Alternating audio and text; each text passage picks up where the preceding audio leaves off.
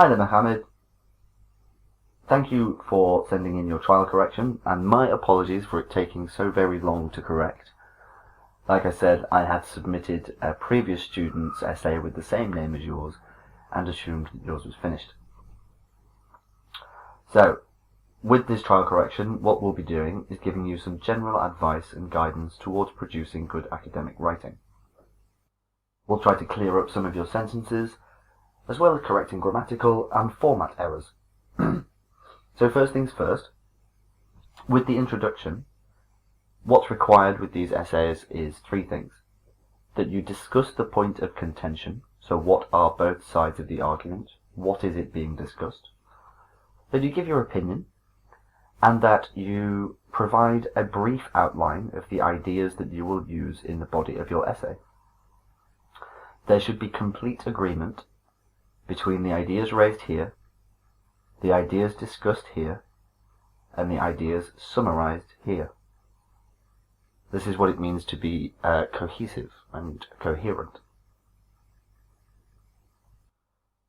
So, some believe that international marketing would, in some instances, not instances, so CES instead of TS there, would be, in some instances, invasive to a country, while others argue that it is beneficial. In my opinion, I agree that this is not the correct term. I would say I agree that allowing global trade has benefits for education as well as the spread of culture, language and ideas. Now, my next point is that really you only need 2 body paragraphs for this discursive essay. You need 1 paragraph to talk about, well actually, because you agree that international marketing is beneficial, you need 2 body paragraphs, 1 to discuss why people think that it is not. So what are the negative effects?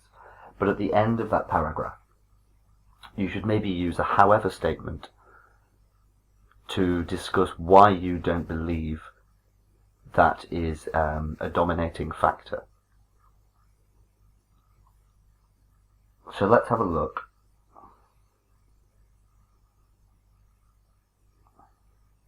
So you've included no negatives for international marketing here, but this question does specifically ask you to discuss both sides of the argument, or at least it should. My next point would be that all paragraphs should 1. discuss 1 main idea, and 2. that idea should be supported by an example. This demonstrates that your thinking is evidence-based and not simply opinion. In a paragraph, what we really need to do is introduce the idea that we hope to discuss with a topic sentence, expand that idea with some specifics, support it with an example or a study, some statistics or a professional opinion, something with credibility, and then use a final sentence at the end, either to counter the argument, so to say, however, I believe that, or however, it is also true that, or use a therefore statement or a thus statement to explain how it relates back to the question. So here, we could rephrase this sentence to say, primarily, international marketing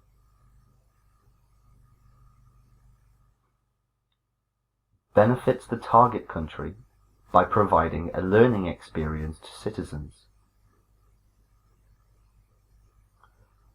More specifically, students studying abroad may return home better educated, more experienced, and with more advanced skills to provide to the job market.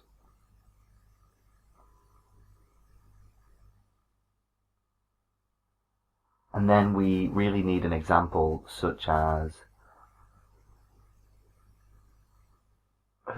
which country studies abroad a lot and then goes back home?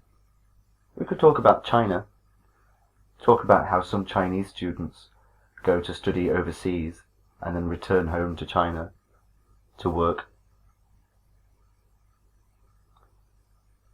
And then we could talk about, to make it more formal at the end, we could say, therefore, the economic benefits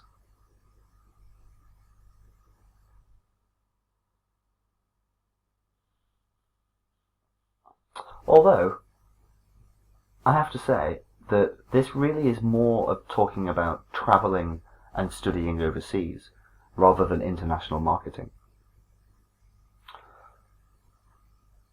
What most people talk about with these essays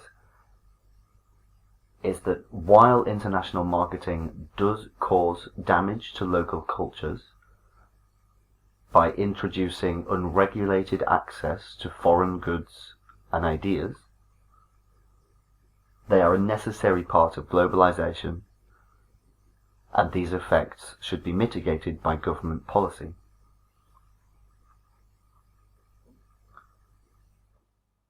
But then when we go on to the positives, we talk about the fact that these open communication channels that exist through international marketing provide local people with access to ideas, languages and culture that they may otherwise not have, providing an essentially free way for a lot of people to gain access to new ideas.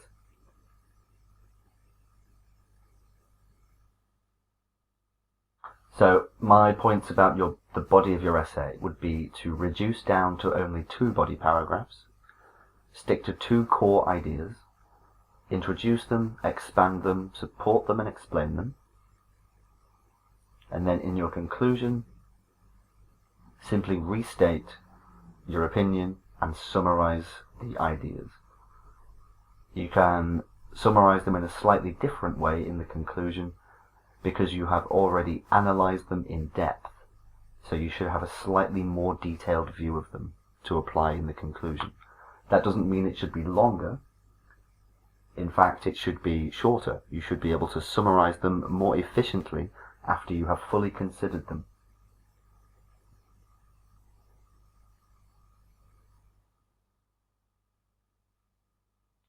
So you've talked about the fact here, right at the end, that some people view it as detrimental to a country's stability. But this idea has not yet been raised in the body. You must never raise new ideas in your conclusion.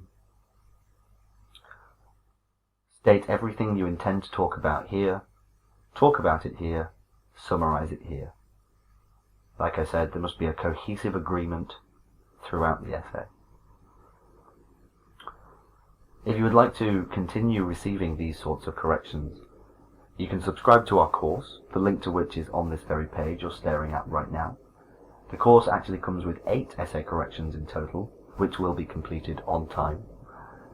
Over those 8 corrections, we hope to get you well above a band 7 in IELTS writing. So I do hope to be seeing some more of your work coming through soon, Mohamed, but until then, have a wonderful day, and goodbye for now.